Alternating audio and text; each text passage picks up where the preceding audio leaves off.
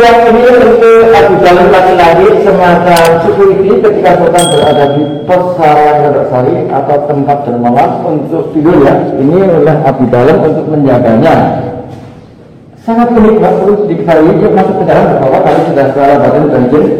Ketika para Abu Jalal yang menjaga merasa kedinginan, yang mana di bawahnya dikasih bara api.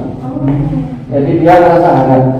Dan lagi pula ketika itu kita saja mengapa dia tidak dipakai kasur ya, karena seorang abdi dalam harus bertanggung jawab ketika sultan berada tempat tidur, karena ketika dia tidur di atas satu tiket dia sebentar lagi akan bangun. Mengapa? Karena merasa apes, cepat bangun, ekstra jalanan lilir aja yang mengontrol sultan. Ya, selanjutnya itu khusus pakaian sultan untuk disimpan di sana ya, sesuai dari sultan saja. Nah, ini tempat tidurnya tengahnya. Oke.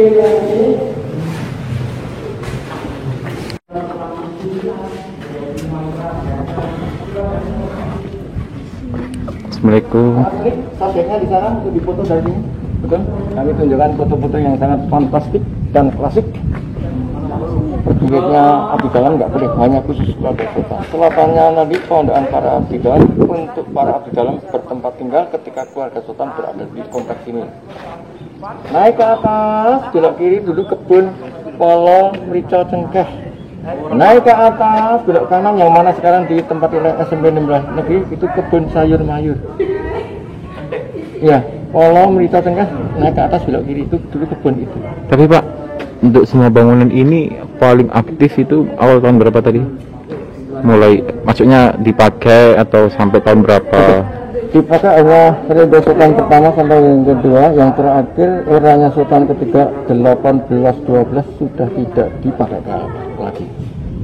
Jadi perlu diketahui ketika tidak dipakai bangunan-bangunan di Taman Sari yang mana tadi telah kami katakan ada kurang lebih 57 bangunan, 18 kebun, itu semua intinya tidak ada maintenance, semua bangunan runtuh karena faktor alam, hujan, panas, gempa.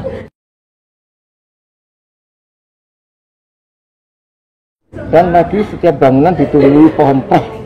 Pohon teh itu semacam pohon beringin yang mana si akar itu sifatnya merusak bangunan.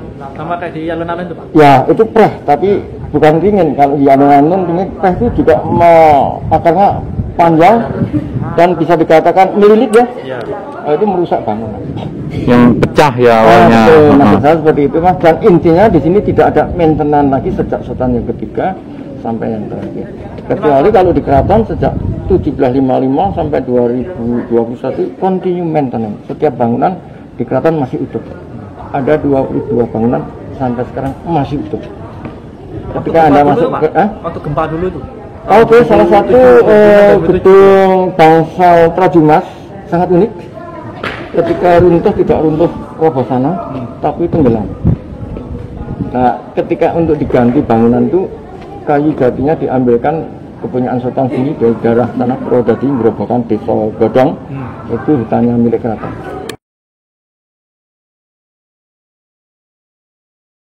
Masih banyak KPH hutan milik pemerintah habis. Yang punya keraton nggak dijarah. Ketika itu punya keraton ada yang menjara, boleh percaya boleh tidak.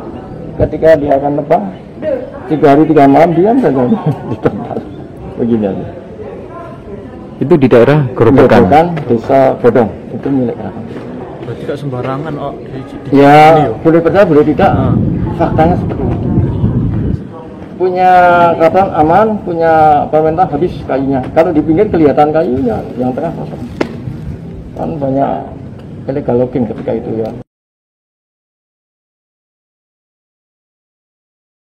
Betul? Berjito. Fungsinya untuk kumpul para abdi dalam laki-laki atau wanita duduk manis di sini menunggu dawuh atau perintah sultan ketika sultan berada di pesarian Sari atau tempat taman Sari, tempat mandi. Salah satu contohnya ketika abdi dalam penan dan dipanggil, dia akan bertugas membersihkan tempat tidur, dapur, gelap, piring, halaman, posisi, kolamnya yang akan dibersihkan oleh para abdi dalam penan. Selatannya Anda lihat, jadi rumah tidur dulu itu namanya untuk mandi para abdi dan wanita namanya Gaditawati. Itu khusus abdi dalam wanita untuk mandi. Selatannya lagi pemandian naga untuk abdi dalam laki-laki. Selatan Anda kebun sirih, sebelah barat sana kebun sayur mayur.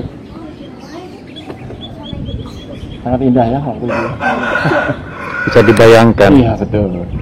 Yang mana tadi Pak Dardawan telah menjelaskan indikatornya, betengnya tingginya 6 meter itu tinggal sepenggal tuh betengnya. Tingginya 6 meter ya. Ketika para tamu untuk masuk itu harus melalui satu pintu atau satu regol, yang mana ketika itu dijaga oleh abdi dalam yang sangat keras, tegas, Brigada Prawirotomo. Itu prajurit yang paling tangguh. Karena ketika itu prajurit itu pernah dalam jumlah 1000 untuk perang ketika eranya Sultan kedua, Keraton Yogyakarta digempur oleh pasukan Inggris. Ketika pasukan Inggris masuk ke keraton, bukan orang Inggris tapi orang Gurkha. Orang Gurkha yang mana tempat tinggalnya di Nepal sana.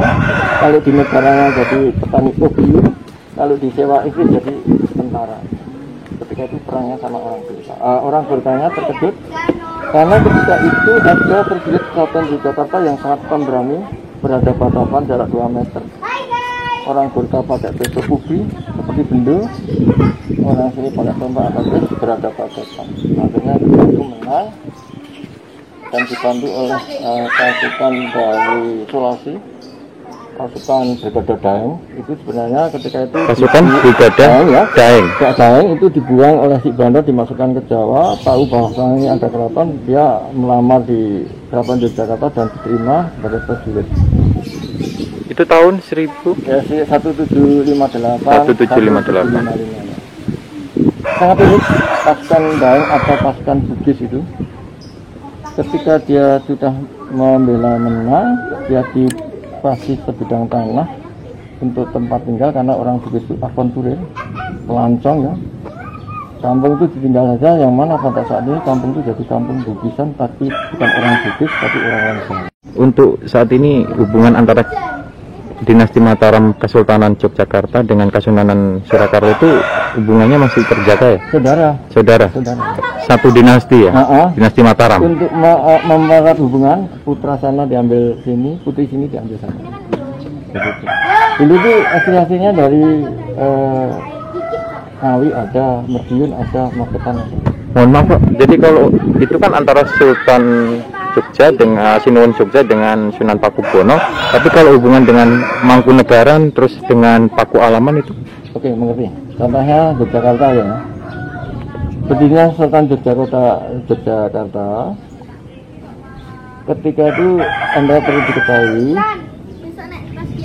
tidak lepas dari campur tangan dulu Belanda itu ya. Company. Itu.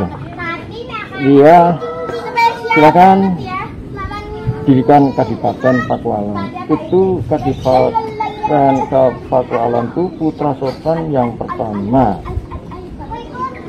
yang mana kita sebut Pangeran Natakusuma. Dia memperkenalkan jadi Pakualam pertama, itu putra sultan yang pertama. Jika sultan minta izin keraton tidak boleh, dia akan minta Pakualam. Tapi satu garis paralel, sultan tidak mau, Pakualam tidak mau. Jadi ketika Belanda di sini tuh kelabakan, maunya dibentuk Pakualam bisa izin mudah, tapi satu rel ya, sini bilang tidak, sana juga bilang tidak.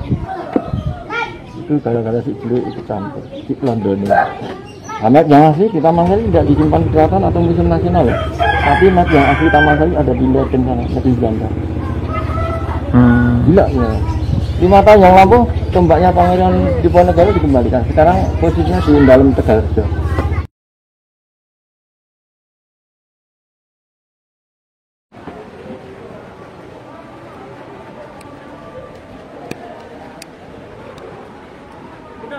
Ini bekasnya di tengah Balu. Yang mana sekarang dia sudah jadi rumah penduduk. Untuk air ya, kedalamannya 5 meter, baik yang di kiri maupun di kanan.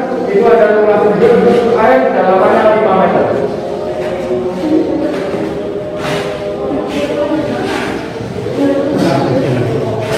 Silakan yang mau yang banyak, untuk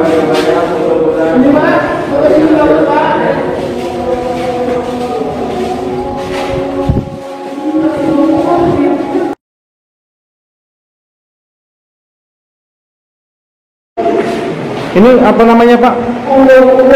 Hah? Jangan nanti dia nanti mendapatkan Sinari aku. Memang sinari aku katanya. Sinari aku. Dasar orang satu mes kan sinari. Habis dikosong bergeser ke utara jadi belakang kosong teman kita begitu. Ayo bergeser sini anaknya. Itu siapa itu di belakangnya? Imas baca. Itu di belakang maksudnya. Oh iya. Belakang masih banyak.